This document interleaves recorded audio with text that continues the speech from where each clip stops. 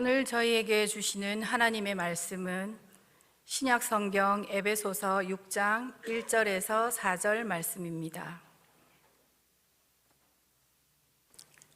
이제 들려지는 계시의 말씀 속에서 하나님의 음성을 들으시기 바랍니다. 자녀들아, 주 안에서 너희 부모에게 순종하라. 이것이 옳으니라. 내 아버지와 어머니를 공경하라. 이것은 약속이 있는 첫 계명이니 이로써 내가 잘되고 땅에서 장수하리라. 또 아비들아, 너희 자녀를 노엽게 하지 말고 오직 주의 교훈과 훈계로 양육하라. 아멘. 얼마 전에 마음에 와닿는 글을 하나 읽었는데 제가 잠깐 소개를 하고자 합니다. 좋아한다는 것과 사랑한다는 것에 대한 글입니다. 좋아한다는 것은 그 사람으로 인해서 내가 행복해졌으면 하는 것이고, 사랑한다는 것은 그 사람이 나로 인해서 행복해졌으면 하는 것입니다. 좋아하면 욕심이 생기고, 사랑하면 그 욕심을 포기하게 됩니다. 만약에 지구가 멸망해서 탈출하는 우주선이 있다면 좋아하는 사람은 내 옆자리에 태우고 싶은데, 사랑하는 사람은 내 자리를 주고 싶어지는 것입니다. 좋아해라는 말을 들으면 가슴이 설레는 것이고, 사랑해라는 말을 들으면 눈물이 나는 것입니다. 꽃을 좋아하는 사람은 그 꽃을 꺾지만, 꽃을 사랑하는 사람은 그 꽃에 물을 줍니다. 좋아하는 사람은 내 곁에 두고 싶은데, 사랑하는 사람은 내가 그 사람 곁에 있고 싶은 것이랍니다. 좋아하는 것은 감정의 흔들림이지만, 사랑하는 것은 영혼의 떨림이라 합니다. 좋아하는 건 앞서 걷고 있는 당신을 뒤따라가는 것이고, 사랑하는 건 내 걸음을 당신에게 맞추어 가는 것입니다. 좋아하는 건 내가 그 사람을 포기했을 때이고, 사랑하는 건 내가 잃어버릴 것은 당신 하나뿐인 것입니다. 좋아하는 건 이거를 보고 누군가가 떠오르는 것이고, 사랑하는 건 이 글을 보고 누군가가 눈물 날 만큼 보고 싶어지는 것입니다. 좋아한다는 것과 사랑한다는 것에 대해서 글을 쓴 어떤 분의 글입니다. 좋아한다는 것이 나 중심의 언어라고 한다면, 사랑한다고 하는 것은 그 무게 중심이 나에게서 상대방으로 옮겨가는 것을 말하는 것입니다. 누군가를 우리가 좋아하는 것도 좋지만, 그러나 그 좋아하는 것을 넘어서서 사랑을 향해 나아가는 저와 여러분의 삶이 되시기를 바랍니다. 하나님께서는 우리를 좋아하시는 것을 넘어서 사랑이 무엇인지를 우리에게 보여주셨습니다. 우리도 하나님을 닮은 사랑을 가지고 내 곁에 있는 사람에게, 그리고 내 곁에 있는 이웃에게, 그리고 나의 형제자매를 향하여 나아가는 우리 부산진 모든 믿음의 가족들이 되시기를 바랍니다. 오늘은 어버이 주일입니다. 오늘은 에베소서 6장 말씀을 통해서 아름다운 신앙의 공동체, 자녀와 부모를 위한 이라는 제목으로 우리가 말씀을 함께 묵상하고자 합니다. 이 에베소서는 사도 바울이 에베소에 있는 교회 성도들에게 보낸 편지입니다. 에베소라고 하는 도시에 대해서 잠깐 소개를 하면, 이 에베소라고 하는 도시는 지금의 튀르키예 지방에 있는 해변 도시입니다. 당시에는 로마 제국 안에서 세 번째로 컸던 항구 도시였습니다. 25만 명의 인구가 살고 있었고, 그리고 바울 당시에는 이 에베소에 배가 다닐 수가 없게 되면서 무역의 중심지였던 그 도시가 생존을 위해서 새로운 생업으로 전환해야만 했습니다. 그리고 그때 그들의 수입의 주를 이루었던 것이 아데미 신전으로 순례하는 순례자들을 대상으로 하는 사업이었습니다. 그 당시 아데미 신전은 아테네에 있는 파르테논 신전 크기의 약 4배 정도에 해당할 만큼 아주 어마어마한 규모를 자랑하고 있는 신전이었습니다. 그리고 그곳에 많은 사람들이 이 신전을 찾았는데 아데미 신전을 찾아오는 사람들에게 은으로 만든 아데미 여신상을 만들어서 판매를 했고, 그리고 아데미 신전의 모양을 만들어서 오는 순례객들에게 팔았습니다. 그리고 아데미 여신을 숭배하기 위해서 오는 사람들을 위해서 여관업이라든지 혹은 식당업과 같은 것들이 성행하게 되었습니다. 또한 뿐만 아니라 이 신전의 재정 규모가 어마어마해서 그 당시 신전의 회계는 은행의 역할을 하기도 했다고 합니다. 그리고 신전의 장려들을 통해서 이 에베소라고 하는 도시는 도덕적으로 그리고 성적으로 문란한 도시가 되기도 했습니다. 바울은 3차 전도 여행 당시에 바로 이 에베소라고 하는 도시를 방문하면서 2, 3년 정도 그곳에 머물면서 복음을 전하고 그리고 그곳에 교회를 세우게 됩니다. 바울이 그곳에서 복음을 전하고 교회를 세우면서 얼마나 어려운 시간을 보내었던지 고린도전서 15장 32절의 말씀을 보면 이렇게 말씀을 합니다. 내가 사람의 방법으로 에베소에서 맹수와 더불어 싸웠다면 내게 무슨 유익이 있으리요? 바울은 이 고린도 교회 성도들에게 보내는 편지에서 바로 에베소 교회를 개척할 당시에 그 어려움에 대해서 이야기를 하는데, 마치 그 당시 바울이 당했던 어려움은 에베소에서 맹수와 더불어 싸우는 것 같은 그러한 고난을 겪었음을 이야기를 하고 있습니다. 그리고 오늘 우리가 알고 있는 이 에베소서 말씀은 바울이 에베소 교회를 개척한 후 약 10년이 지난 즈음이었습니다. 바울이 로마에서 황제의 재판을 기다리면서 가택연금 상태에 놓여 있었는데, 바로 그때 에베소에 있는 교회 성도들에게 편지를 적어서 보내게 됩니다. 바울은 이 에베소서의 앞부분에서는 복음이 무엇인가, 복음에 대해서 설명을 합니다. 그리고 에베소서 뒷부분 4장에서 6장까지 말씀을 보면, 그러면 복음에 합당한 삶이라고 하는 것은 어떤 것인가에 대해서 이야기를 합니다. 그리고 복음을 알게 된 사람이 이제 어떻게 살아가야 하는지에 대해서 바울은 이 에베소서를 통해서 권면하고 있는 것입니다. 에베소서 4장 1절 말씀을 보면 이렇게 말합니다. 그러므로 주 안에 갇힌 내가 너희를 권하노니 너희가 부르심을 받은 일에 합당하게 행하여. 바울은 이 에베소서를 에베소 교회 성도들에게 보내면서, 여러분, 부르심에 합당한 삶이 어떤 것인지 아십니까? 여러분은 복음에 합당한 삶을 살아가십시오 라고 권면을 합니다. 그러면서 이어지는 말씀을 보게 되면 교회의 하나됨을 굳건하게 지킬 것을 당부합니다. 그리고 하나님을 본받는 삶을 살아갈 것을 부탁하고, 그리고 가정에서는 아내들과 남편들에게 권면을 하고 자녀들과 부모들에게 그리고 종과 상전들에게 권면을 합니다.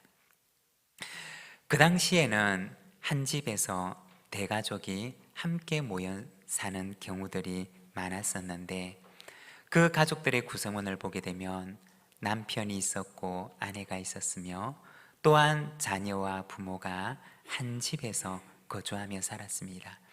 또한 뿐만 아니라 그 집 안에는 종이 있었고 상전이 있었으며 이 모든 사람들이 한 가족의 한 집의 구성원이 되어서 함께 살았던 것입니다. 바울은 이 큰 가족을 생각하면서 그 집 구성원을 이루고 있는 사람들에게 복음으로 산다는 것이 무엇이냐, 그리고 복음으로 이루는 가정이 무엇이냐, 복음 안에서 가족의 구성원들이 어떻게 살아가야 하는가에 대해서 이야기를 하며 그 각 구성원들에게 권면을 하고 있는 것입니다.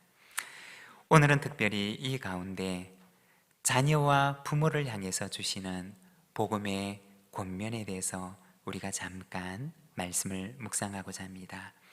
오늘은 우리가 이 읽은 짧은 말씀 속에서 세 가지의 문구에 주목을 하면서 오늘 우리의 가정에 주시는 하나님의 말씀을 우리가 함께 듣고자 합니다. 먼저 첫 번째는 주 안에서입니다. 우리 1절의 말씀을 자막을 보면서 함께 봉독하겠습니다. 자녀들아, 주 안에서 너희 부모에게 순종하라. 이것이 옳으니라. 아멘. 여기 보면 자녀들을 향해서 권면을 하는데, 그런데 이 권면의 앞부분에 보면 주 안에서 라고 말씀을 하고 있습니다. 여러분, 바울의 모든 권면과 그리고 복음의 모든 권면은 바로 이 짧은 문구의 기초 위에 서 있다는 것입니다. 바울이 그의 서신을 통해서 복음의 권면을 하는데, 그런데 바울의 모든 권면들은 바로 주 안에서 라고 하는 이 짧은 문구가 그 권면의 기초를 이루고 있습니다. 여러분, 하나님은 우리의 모든 관계들을 새롭게 하십니다. 간혹 결혼을 앞둔 예비신랑 신부가 저를 찾아오는 경우들이 있습니다. 저는 그때 꼭 당부하는 말이 한 가지가 있는데, 그것은 바로 두 분을 만나게 한 것은 하나님이십니다 라고 하는 말입니다. 두 사람이 어쩌다 보니 만나게 되었고, 그리고 두 사람이 만나다 보니 어쩌다 보니 서로 좋아하게 되어 결혼하게 된 것이 아니라 두 사람의 만남 사이에는 하나님이 계십니다 라고 하는 것을 언제나 이야기를 합니다. 결혼을 하는 신랑 신부뿐만 아니라 우리의 모든 만남들 사이에는 바로 하나님이 계시다는 것입니다. 남편과 아내 사이에, 그리고 부모와 자녀 사이에, 그리고 나와 너 사이에, 우리의 모든 만남 사이에는 하나님이 계신다는 것입니다. 남편과 아내 사이에 하나님께서 계실 때 그 관계가 건강해질 수 있습니다. 그리고 부모와 자녀 사이에 하나님이 계실 때 그 관계가 더욱 건강해질 수 있습니다. 뿐만 아니라 모든 관계가 그러한데, 우리 그리스도인들은 나와 너와의 모든 관계 속에 하나님께서 계신다고 하는 사실을 믿고 인정을 하며 살아갑니다. 그리고 그 신앙 안에서 모든 관계들을 건강하고 복음적으로 만들어갈 수가 있는 것입니다. 우리가 성경을 보게 되면 요셉이라고 하는 사람이 있는데, 이 요셉이라고 하는 사람이 보디발의 집에서 가정총무로 일을 하게 됩니다. 그런데 이 요셉은 자신과 보디발 사이에 하나님이 계신다고 하는 사실을 그는 믿고 있었습니다. 요셉은 마치 그 주인 보디발을 대할 때 하나님을 대하는 것처럼 그가 하나님 앞에 충성하고 하나님 앞에 성실한 것처럼 그는 그의 주인 보디발 앞에서 그렇게 성실하게 대하였습니다. 이것이 바로 요셉의 신앙이었던 것입니다. 보디발의 아내가 유혹을 하지만 그러나 이 요셉은 그 주인의 아내와의 관계 속에서도 그 사이에는 하나님께서 계신다라고 하는 사실을 믿었습니다.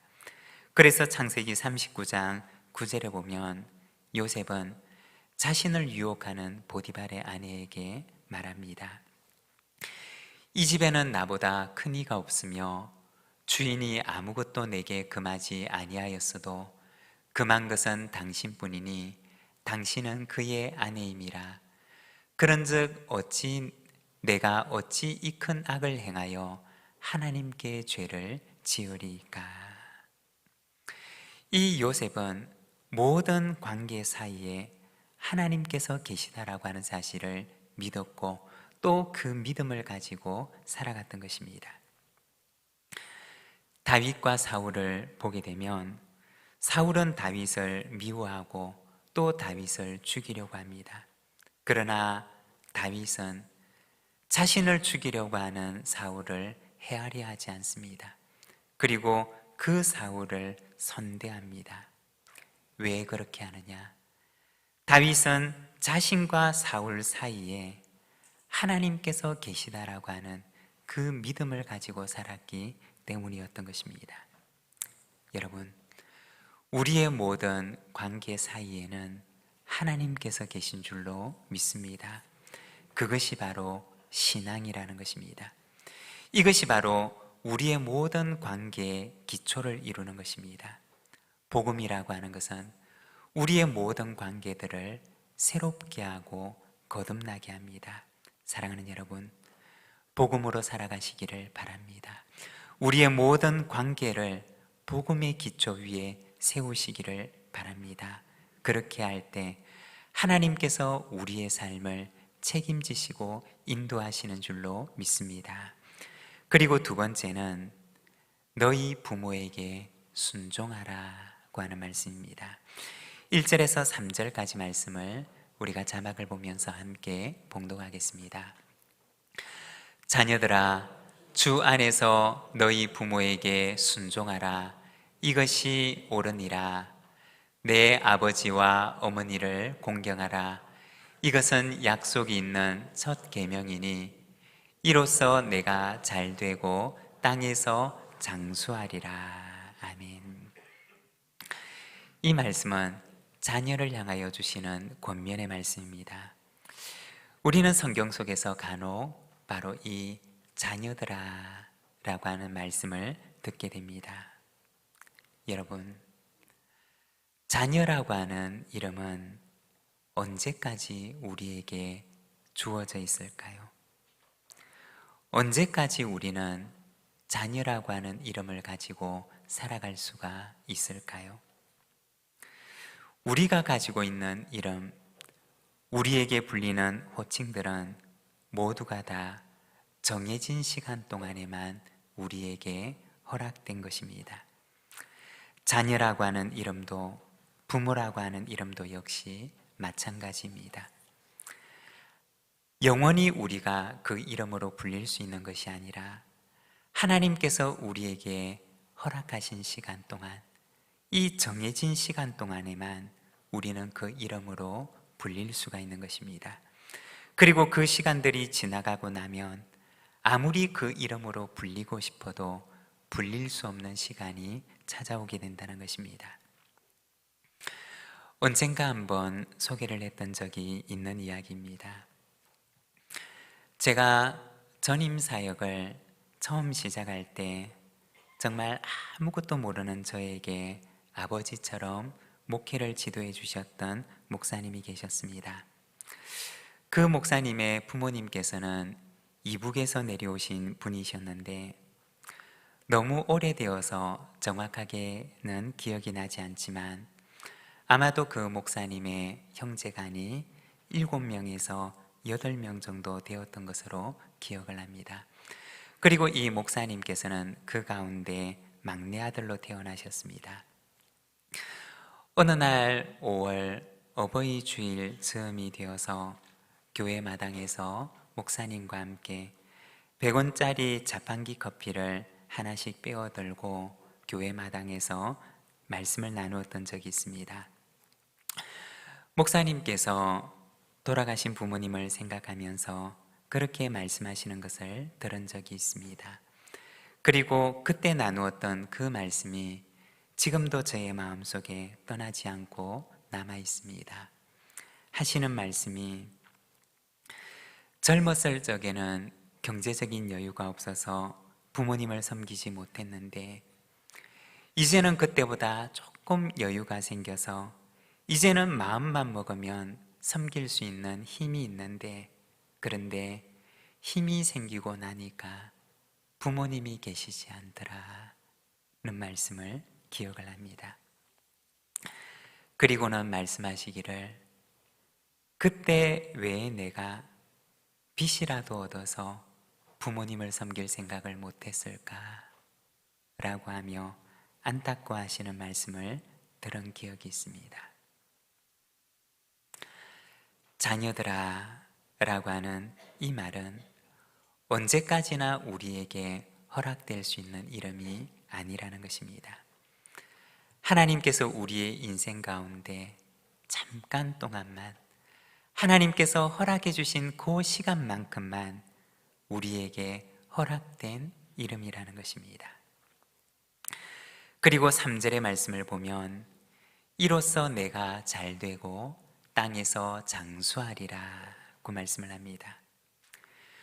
부모를 공경하는 자녀에게는 하나님께서 그 속에 선물을 숨겨 두셨는데 내가 잘되고 땅에서 장수하리라고 하는 약속을 숨겨 두셨습니다. 이 말씀은 십계명 가운데 5번째에 해당되는 말씀인데 십계명의 여러 계명들 가운데 유일하게 하나님의 약속이 담겨져 있는 말씀입니다. 부모를 공경하는 자에게는 하나님께서 그에게 갚아주실 것이다 라고 말씀하셨던 것입니다. 사랑하는 여러분, 우리 부산진교회 모든 가정들이 이 복을 받게 되기를 원합니다. 하나님께서 그 말씀 속에 숨겨 놓으셨던 그 아름다운 선물을 풍성히 누리는 우리 부산진교회 모든 가정들이 되기를 축원합니다. 그리고 3번째는 주의 교훈과 훈계로 자녀를 양육하라고 하는 말씀입니다. 우리 4절의 말씀을 함께 봉독하겠습니다. 또 아비들아 너희 자녀를 노엽게 하지 말고 오직 주의 교훈과 훈계로 양육하라. 여기에 보면 자녀들에게만 권면하는 것이 아니라 아비들아 라고 하면서 부모들에게도 역시 권면을 하고 있습니다. 아비들아 라고 하는 말은 아버지를 의미하는 단어이지만 그러나 이 말은 이 말 속에는 어머니와 아버지, 부모 모두를 가리키는 의미가 포함되어 있습니다. 부모들에게 권면하기를 자녀를 노엽게 하지 말고 오직 주의 교훈과 훈계로 양육하라고 말씀을 합니다. 주의 교훈과 훈계라고 하는 말은 조금 더 풀어서 말을 한다면 주님께서 교훈하시고 주님께서 훈계하시는 것처럼 너도 그렇게 자녀를 양육하라고 하는 말씀입니다. 여러분, 주님께서 우리를 어떻게 교훈하셨는지, 주님께서 우리를 어떻게 훈계하셨는지 여러분 기억하시기를 바랍니다. 주님께서 교훈하시고 훈계하시지만 우리도 어린 시절, 젊은 시절에 얼마나 그 교훈을 떠났을 때가 많이 있었습니까? 그러나 하나님께서는 우리를 자녀처럼 끝까지 인내하시고 주님의 그 친절한 교훈과 훈계로서 오늘 우리가 이 자리에 설 수 있도록 하나님께서 우리의 인생을 이렇게 인도해 오셨습니다. 주님께서는 바로 주님께서 우리를 그렇게 교훈하시고 훈계하심처럼 너도 그렇게 자녀를 양육하라고 말씀하시는 것입니다. 여러분, 부모는 어떤 존재일까요? 주님의 교훈과 훈계로 양육한다는 것은 무엇을 말하는 것일까요? 그것은 자녀들이 부모를 통해서 하나님을 볼 수 있도록 해야 한다는 것입니다. 자녀들이 부모를 통해서 하나님의 성품이 어떤 것인지 알도록 해야 하고, 자녀들이 부모를 통해서 하나님의 사랑을 볼 수 있도록 해야 한다는 것입니다. 자녀들이 부모를 통해서 하나님의 인내가 무엇인지 알 수 있어야 하고, 자녀들이 부모를 통해서 하나님의 용납하심이 어떤 것인지 그들이 알 수 있도록 해야 한다는 것입니다. 부모라고 하는 그 거울을 보게 되면 자녀들이 하나님을 어렴풋하게나마 볼 수 있도록 하나님께서는 자녀들에게 그리고 가정에 부모라고 하는 선물을 주신 것입니다. 이것이 바로 하나님께서 부모에게 주신 사명이고, 하나님께서 부모라고 하는 이름으로 불리는 이들에게 위탁하신 하나님의 부탁이라는 것입니다. 여러분, 하나님의 선물이 되는 가정의 모든 부모님들이 되시기를 바랍니다. 그리할 때 그곳에 작은 천국 같은 가정이 이루어질 줄로 믿습니다. 부모를 통해서 하나님의 사랑을 알 수가 있고, 부모를 통해서 하나님의 성품을 알 수가 있을 때 그 가정은 하나님 나라와 같은 가정이 되고, 그 가정은 작은 천국과 같은 가정이 되는 것입니다.